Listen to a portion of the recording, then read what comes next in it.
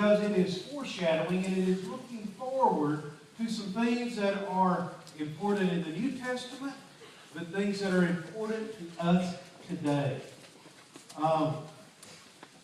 Let me make one make one announcement. And Trini has nothing to do with you, so we're good.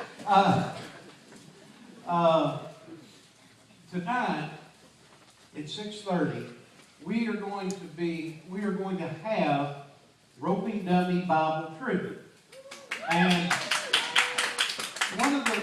I have people that, well, Brother Werth, I don't know what that is, and I forget. It's real simple, and the whole idea is not the roping. The whole idea is in the Bible. Okay? We divide up into 2 teams. If you don't want to rope, you don't have to rope. But we just kind of go back and forth, and we keep score. I don't know, something about it, I'm just kind of competitive, I don't know. But anyway, we do keep scoring, you can steal answers. It's a lot of fun, but the idea is to get God's people talking about, thinking about God's Word. That's the whole idea. We have a lot of fun, and we're going to be, the area that we're going to be covering is Exodus chapter 12 to Exodus chapter 20. So if you did your daily Bible reading, you got it. That's where the questions are going to come from. And if you will notice, we kind of scaled back the amount of Scripture in each daily Bible reading. I was hearing that it was just a little too overwhelming. And the whole idea is not to get through at a certain point. The whole idea is for this to become lifestyle for you of reading God's Word daily. Because I promise it'll help you. I promise. All right, let's look at Exodus chapter 12, beginning in verse 1. I'll make the disclaimer also. I'm reading from the New King James because of some particular wording. I've read it in a bunch of different translations. I like this because there's something there that I don't think is by accident. I think God put it there, and the King James just, the way it's put, it's just easy. All right, Exodus chapter 12, beginning in verse 1. Now the Lord spoke to Moses and Aaron in the land of Egypt, saying, This month shall be your beginning of months. It shall be the first month of the year to you. Speak to all the congregation of Israel, saying, On the 10th of this month, every man shall take for himself a lamb, according to the house of his father, a lamb for his household. And if his household is too small for the lamb, let him and his neighbor next to his house take it according to the number of the persons. According to each man's need, you shall make your count for the lamb. Your lamb shall be without blemish, a male of the first year. You may take it from the sheep or from the goats. Now you shall keep it until the 14th day of the same month. Then the whole assembly of the congregation of Israel, that means everybody in Israel, shall kill it at twilight. And they shall take some of the blood and put it on the 2 doorposts and on the lintel of the houses where they eat it. Then they shall eat the flesh on that night, roasted in fire with unleavened bread, and with bitter herbs they shall eat it. Do not eat it raw, nor boil it all with water, but roast it in fire, its head with its legs and its entrails. You shall not let, you shall let none of it remain until morning, and what remains of it until morning you shall burn with fire. And thus you shall eat it, with a belt on your waist, your sandals on your feet, your staff in your hand, so you shall eat it in haste. It is the Lord's Passover. Verse 12. For I will pass through the land of Egypt on that night, and will strike all the firstborn in the land of Egypt, both man and beast, and against all the gods of Egypt I will execute judgment. I am the Lord. Now the blood shall be a sign for you on the houses where you are. And when I see the blood, I will pass over you, and the plague shall not be on you to destroy you when I strike the land of Egypt. May God bless the reading of His Word.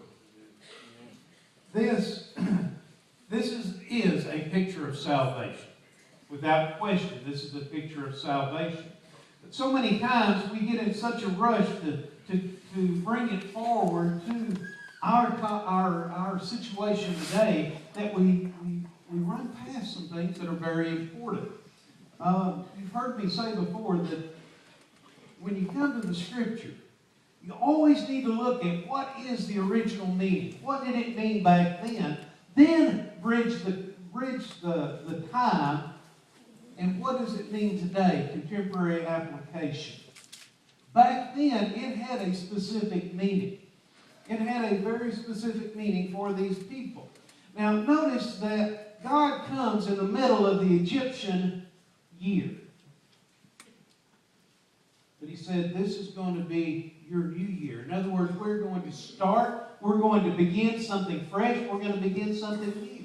And it has nothing to do with any man's calendars, any man's timetable. I have my own timetable. I have my own schedule. And when God comes, He comes and starts something new on His time.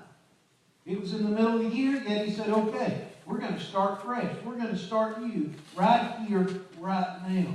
And I'm going to run through this, and I'm going to give you 5 things. 5 things that I want us to draw out of this. This is not an exhaustive list. There are more things that you can pull out of this. But Jay, I think everybody want to be out of here by 3. So we're going to limit it to just 5. Okay, the first thing that we see is that God is going to execute judgment.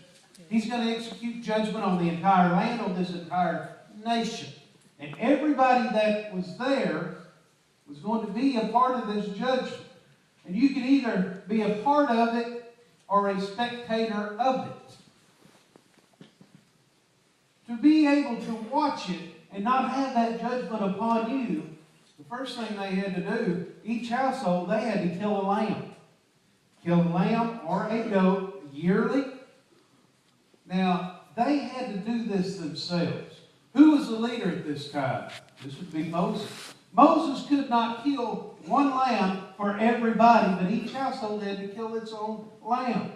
He could not kill all of the lambs and distribute it to the household, but they each had to take part in this. God is illustrating a principle. God is beginning to illustrate this principle that's going to continue to the blood.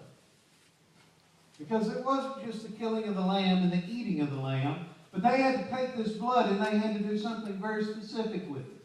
They had to take, and on the doors of the house, they had to take on the outside and they had to smear this lamb. They had to wipe the blood of the lamb or the blood of the goat on these doorposts and above the header on the door.